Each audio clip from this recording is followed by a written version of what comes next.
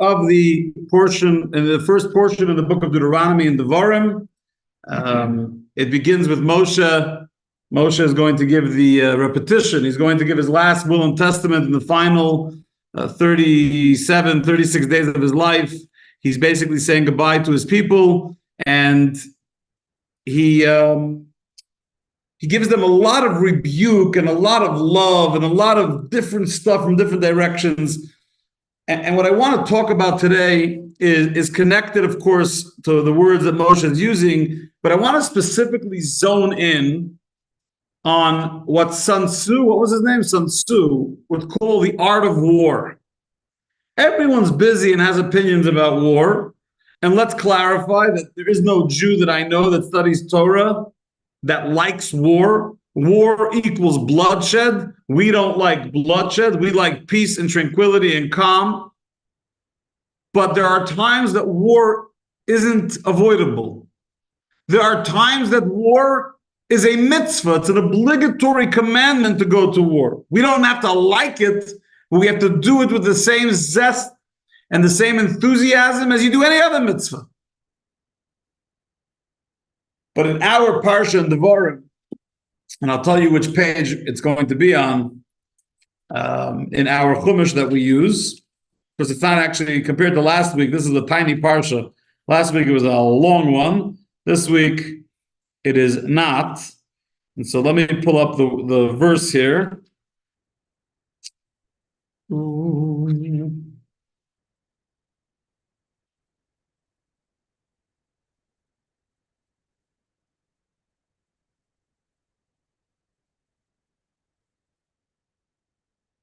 So we are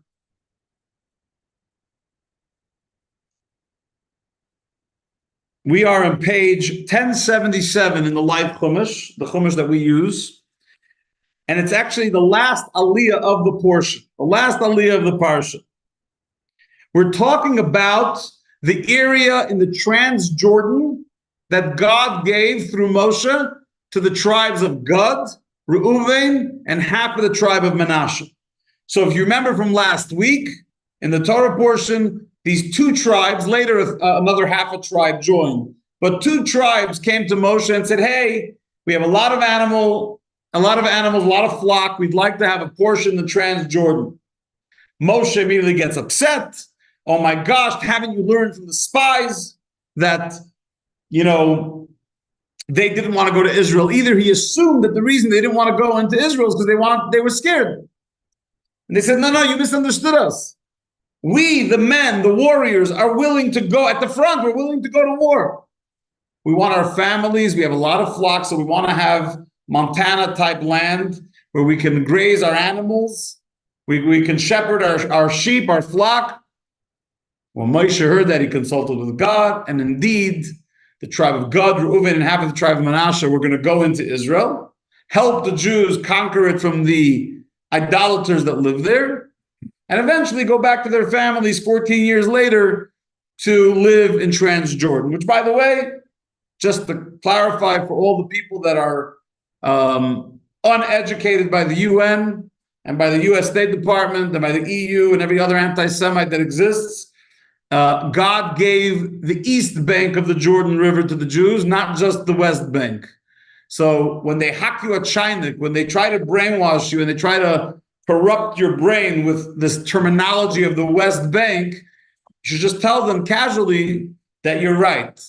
That not only do we demand the West Bank, we demand the East Bank, which belongs to the tribes of Gad, Reuven, and half of the tribe of Manasseh. That's just my commercial message. It always does wonders in the conversation. I can share that from experience. It really makes them lose their marbles right there in front of you when you even try to say that. And that's where I find a lot of joy. Now, so they come and Moshe gives them a plot of land on the other side of the Jordan. But here where we read, it says as follows. It says instructions for battle with Canaan. On that occasion, I commanded the tribes of Reuven and Gad, saying, God, your God, has given you this land to take possession of it when Israel goes to battle. Those of you who are in the army should pass over the land armed in front of your brothers, the children of Israel, for you are the mightiest tribe. So you are going to go in front of the Jews, of the rest of the tribes, in front of your brothers. Now, if we went back to the portion of Matos to last week, to one of the two Torah portions that we read last week, because it was a double Torah portion, I want to read the words that is used in that parsha. It says, Moses said to them, if you do this thing that you said, if you arm yourselves for battle before God, and then he says, and your servants, this is verse 27 last week, we, your servants who are armed for combat before God, will cross over the Jordan to battle as my master has spoken. And then he said, they'll go before God and they will conquer the land, etc., etc. Now, grammar and words in Judaism are something we take very, very seriously. So I want to begin by pointing out the contrast between the words in our Torah portion and the words in last week's Torah portion. In last week's Torah portion, the verse, they both talk about conquering Israel, that they're going to go in front. But if you look at Rashi, the preeminent commentator of the Torah, in our Torah portion, it says, you will go before your brother, says Rashi, quote, Haim hayu holchim lifnei Yisrael ha-milchama. They would go before the rest of the Jewish people by war, vishahayu gebarim, because they were strong. Last week's Torah portion, it says, V'anachnu nechaletz chushim lifnei bnei Yisrael. We're going to go as warriors. And Rashi says, B'roshei gyoses, at the head of the army, what are they called? The platoon. They'll go at the head because they were strong. If you look closely, the Rashi last week says that they will go in front. But if you look closely, what Rashi is saying, they'll go in front as part of the rest of the army. So if the army's marching into Israel, the Jewish people, the warriors, the adult males that are going to war are marching into Israel, the tribe of Gad and Reuven are, because they wanted their family in Transjordan and they committed to going to war, they will stand in the front as they march in with the rest of the Jewish people. They're joining the front lines. They are the front lines, but amongst the rest of the tribes of the Jewish people who are also going to war.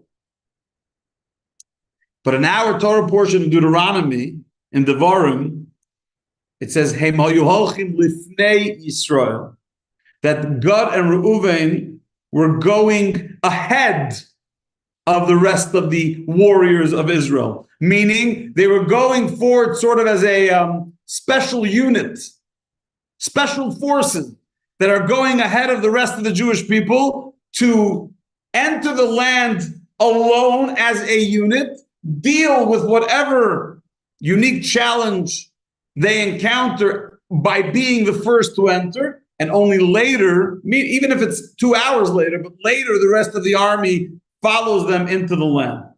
So when you look at those two Rashis and you study those two verses, it seems like in the beginning, last week, Moshe was recommending that they lead the Jewish people as a part of the rest of the army, just that they would be at the forefront. They would be the literal front line. Over here, it seems that Moshe kind of changed his mind. There's a special operation, there's special ops, there's special forces, Delta Force. Gad and Reuven are going in as Delta Force at the front to deal with whoever has to be dealt with first, and only then the rest of the regular infantry, or whatever they call it, the platoon, show up to go to war. What changed? It was just last week, literally last week, Shabbos, we were sitting in Shul reading the verse with Rashi that says that they went in with everyone else. And over here, suddenly, they're going in on their own as special forces. So what I share with you tonight is an incredible, detailed, fascinating insight that the Rebbe shared in the summer of 1965.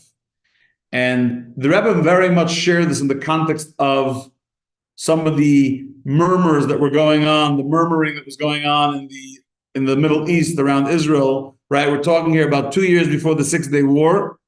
The Rebbe was very much speaking about that in the context of our so-called friendly neighbors in the Middle East and what we learned from Gad and Reuven and how to deal with war. And obviously that's apropos to what we're dealing with today.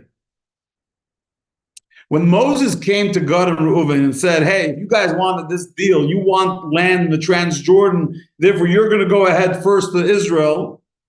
It was under the assumption at that point, right, when Moses said that,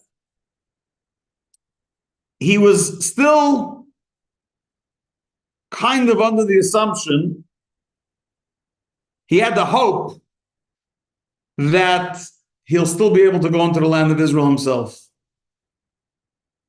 Right? He had already entered the part of Transjordan where Gad and Reuven were going to settle, as Rashi told us in Pinchas. And he thought, he smiled, he was a little happy. He said, maybe my vow that God said that I can't go into Israel was nullified.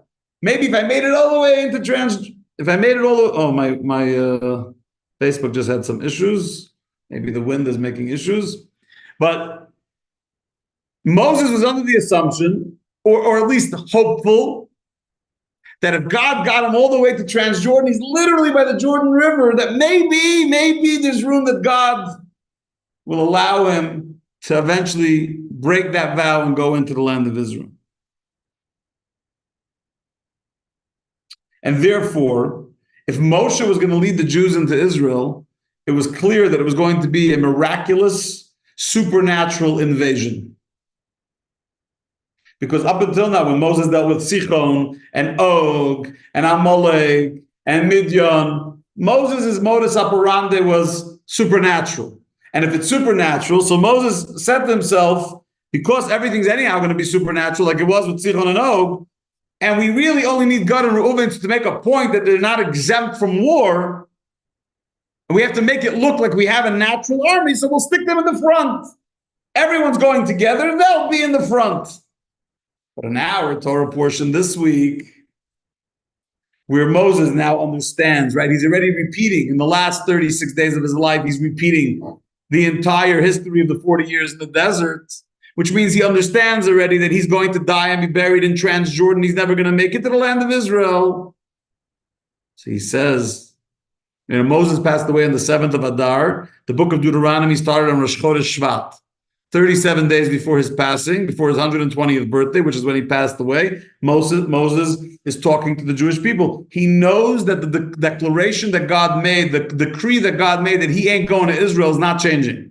God already told him at this point, Al toisev daber elai oid badavar hazeh, don't talk to me about this again. Israel's off limits for you. Because he knows that he's not going to Israel, and who's going to lead the Jews into Israel? It's going to be his disciple, his progeny. It's going to be his protege. It's going to be Yehoshua, Joshua. And Joshua's going to conquer the land of Israel very much in a natural way. It's going to be natural war, natural conquering, natural settlement. It's not going to operate supernatural like Moses. It's going to very much operate natural like Joshua. Nature is going to matter. You're not going to be operating on the infinite. You're not going to be operating on these on the frequency of infinite. You're going to be operating on the frequency of finite, of nature, of limitation. Moses was compared to the sun, Joshua to the moon. So as great as Joshua was compared to Moses, even though all his light came from Moses, because the moon gets all its light from the sun, it was still the moon. And it operated on a very different frequency. And therefore, he said, oh, no, it's not enough for Gad and Reuven to just be at the head of the army. Because now we're not doing a supernatural invasion of the land. We're very much doing a natural invasion of the land. If we're doing a natural invasion of the land, we need special forces to go in and to deal with the enemy that is in the land in a way that only special forces could deal with. And only then do you get the quantity, the mass of the rest of the warriors of the Jewish people to come in and deal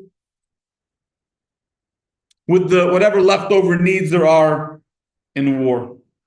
So there was a difference. So when you study the verses in Numbers versus Deuteronomy, and you pay close attention not just to the verses and the wording, but to Rashi, the preeminent commentator, it becomes clear that there was a change of heart and a change of mind in Moses' instructions to Gad and Reuven based on the realities on the ground.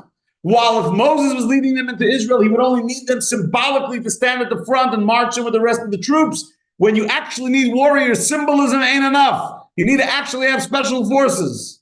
right? But Jackie Mason used to say that when the French and the Italians go to war, the United Kingdom surrenders. You know what I mean? There's certain armies that they just automatically surrender. They don't even know if they're at war, but they're surrendering.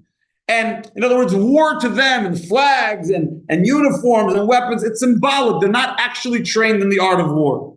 And if you're doing a war miraculously, supernaturally, with the infinite power of Hashem, then you need a symbolic army, but it's not really doing the accomplishment. But when you're actually going to war and warriors are needed that know what they're doing, it's not enough to do symbolism.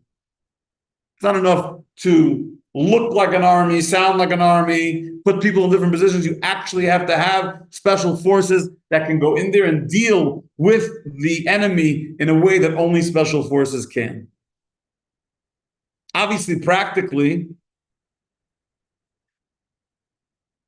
war is ugly, as I said earlier, but you need to have the forces that can go in. You need to have the forces that can go in and deal with an enemy in a way that only special forces can. But Rabbi, we don't like war. Peace now. Ceasefire yesterday. Whatever Baba Mai said, people scream. Of course we don't like war. Of course we would rather have a miraculous, defeating our enemy miraculously. But until that happens, we got to be ready for real war. And real war entails doing what Israel did with Mr. Haniya, with Ismail Haniya. Is it nice? I don't know. He wasn't a nice guy. He was a mass murderer. He was plotting to kill more and more Jews. And when you have no choice because they're plotting to kill more and more Jews and more human beings, forget about Jews, any good-hearted, righteous human beings, you got to send in special forces to do what they got to do. But I want to take it even a step further because this is what the Rebbe addressed in that talk in 1965. And it really addresses another very vital point in this entire discussion. Regarding the tribe of Gad and Reuven, Rashi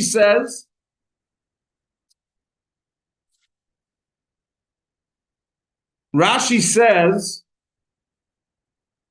that they would go to war. They would go before the Jews to war because they were strong. And then it says, the oivim noiflim lifneim, the enemy would drop before them.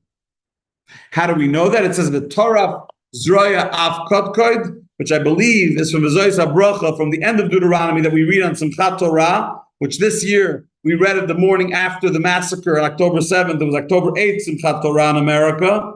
And over there it says, let me just pull up the Chumash here.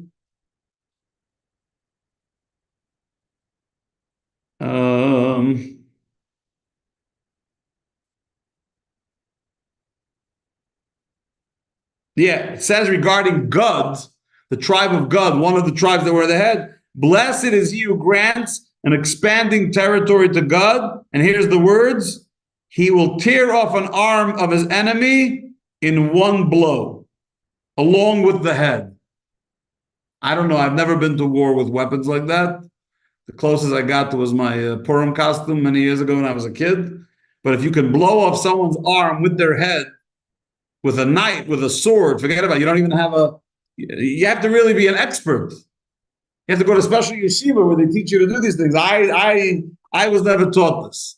But that's what it says. Rashi says that the enemies of the enemies of the Jewish people that were in Israel, when God entered, he had this ability, the Torah Zroya, he would rip off, blow off the arm, with the head. Sounds like they were some amazing warriors. And this is biblical verses. God, the tribe of Gad, we never heard of God being a big warrior. You always hear the Lion of Judah, right? Because Judah is known to be the warrior. So why is it so that regarding the tribe of Gad, it says they would just fall like fleas before them? So the Rebbe said over there that as strong and as warrior type that Gad was, they weren't the strongest of the tribes. Who was the greatest warrior of the tribes? Judah. When Jacob blessed his 12 tribes, he said to Judah, you're like a lion, like the king of the animal kingdom, the strongest of amongst them. right? He says like when it came to Judah, to the warrior, the one that's the father of the Davidic dynasty, the kingdoms of the Jewish people, the warriors, it says regarding Judah, V'zois Yehuda. This is where Judah Vayomer said, Shema Hashem Kol Yehuda. He said to Judah, I'm trying to find the English here. Listen, God, to Judah's voice when he prays and bring him peace to his people back from war. May his hands do battle for him successfully. May you be a help against his enemies. He's the guy that goes to war. Now, if Judah's the one that goes to war, why did God go ahead of all? Why was God the special forces and not Judah? Right? If I came to you and said, the Brook family are very big warriors. They're really good at what they do. But the Robins, they're the Judahs. They're the fiercest of the fierce. And you say, okay, we're going to conquer Israel. Let's send the Brooks and not the Robins. Well, I get it. The Brooks are warriors. But why not the Robins? Why are you sending God instead of Judah at the front and the special forces, the special ops? The Rebbe says this is the answer in Rashi. Rashi is answering that question. The oivim noiflim lifneim. The enemy fell right in front of them. Why is that unique? Because there's two different arts of war. There's the art of war from the Judah perspective, and there's the art of war from the God perspective. And as a general rule, Judah's art of war is superior. What was Judah's art of war? Which is what? Which is what? A way of fighting without fighting. Fighting without fighting, in a sense, yes. In a sense, Judah was Sun Tzu, but not having them stand right in front of you and making peace. But it says about Judah, their hands were going after the neck of their enemy, meaning they were never fighting war face to face. When Judah would come, they were so fierce that the enemies would start running away and Judah would chase them out. That was the type of art, the type of war that Judah would express. They were so fierce and scary that the enemy would run away. I know everyone loves talking about it. It's the new American halftime show. They talk about the so-called Nakba. When Israel chased out 680,000 Arabs out of Israel in 1948. We didn't chase anyone out because we were bored.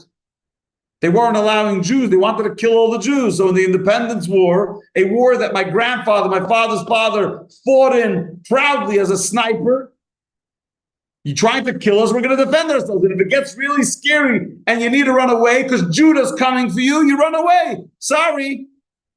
Actually, not so sorry. That's Judah. Judah comes with such power, such shock and awe, such fierceness that the enemy runs.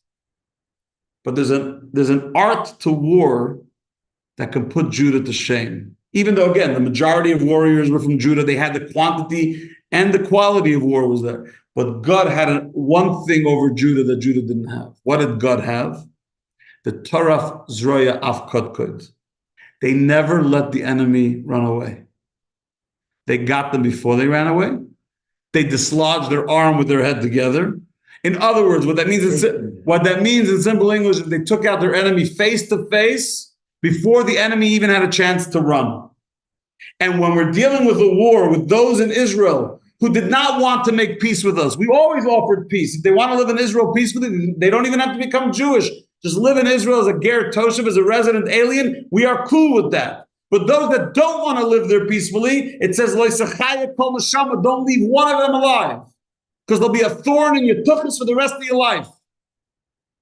Oh, but it's in the name of peace. Peace, if you're trying to create long-term peace, many, many times, not every time, but many, many times it comes through strength.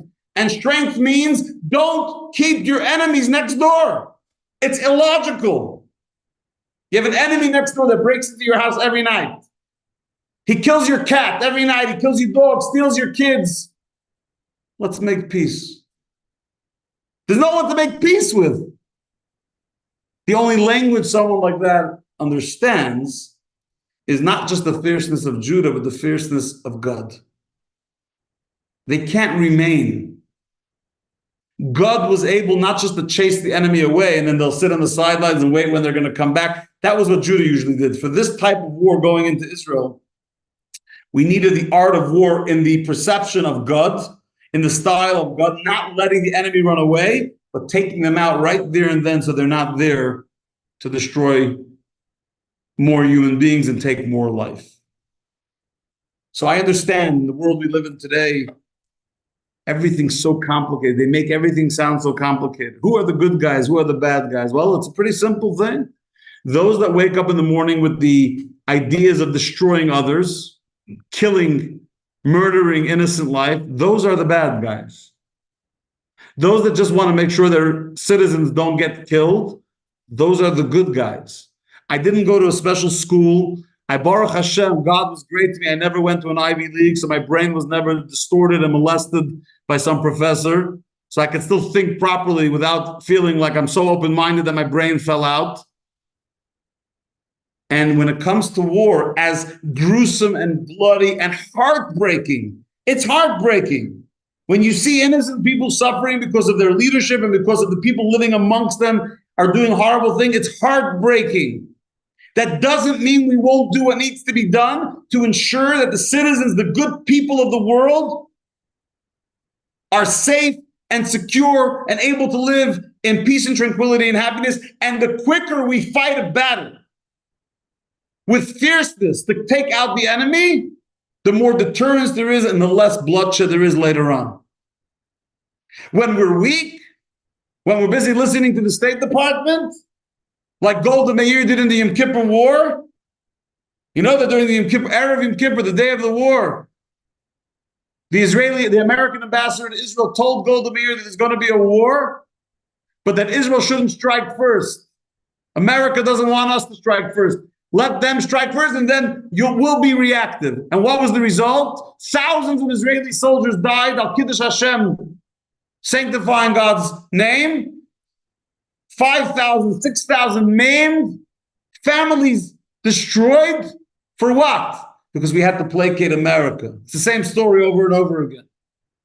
Weakness when dealing with wickedness and evil breeds more evil. Strength and deterrence, right? If I was a guy from Hamas right now living in Qatar, every minute I'd be looking to see under my bed if there's a device that's about to take me out. It's called deterrence. It works. And the Torah is telling us that when you're dealing with the land of Israel, with our holy land, the undisputed land that belongs to the Jewish people because God gave it to us. He gave us legal ownership of it and practical settlement of it. When we're dealing with the Holy Land and the inhabitants of the Holy Land, both Jew and Gentile, the best thing, the greatest thing we can do for them is to bring real protection and security to the region. And the only way to do that in any region is by making it clear undisputably from the Torah that you take out a Jew and our Bnei Gad, our tribes of God, our special forces will come in and make sure you guys regret the day you were born. You do that quick. You do it decisively. You don't wait for any international power to give you advice. That's how you win.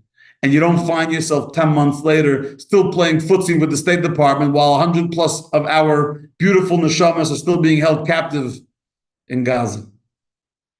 You don't wait to take out Henry at 10 months. You take him out the next morning, and then you take out Sinwar, and then you take Mashal out, then you take the head of Qatar out. You do whatever you got to do until there's clear borders and understanding in the region that the Jewish people are not sheep going to slaughter.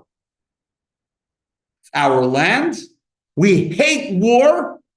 We hate death. We despise bloodshed.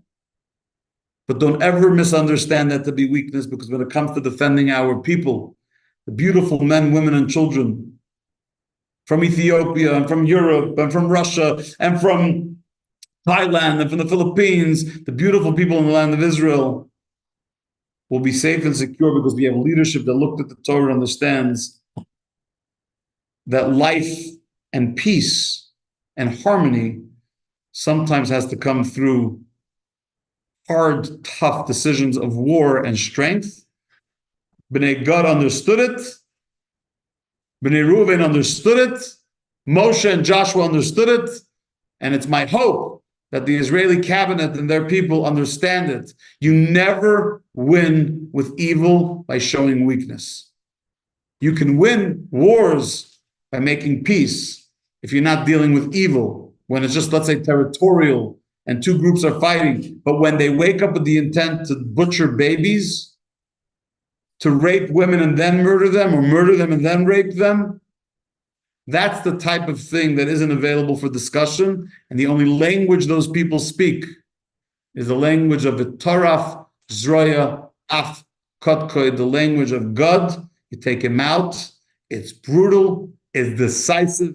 It's deterrence. And the world becomes a peaceful place until we merit the ultimate peace with the coming of Mashiach Tzidkenu. May it be speedily in our days. Do not be surprised if Facebook blocks this video from being shared, because it's going to be censored, because the rabbi in Bozeman is a warrior that's bringing bloodshed. I am not. I'm making it clear. I am encouraging peace, and the greatest forms of peace sometimes come through the tough decisions of war. L'chaim, may we merit peace. May our hostages come home.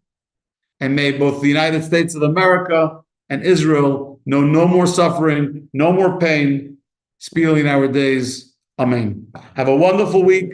Be strengthened.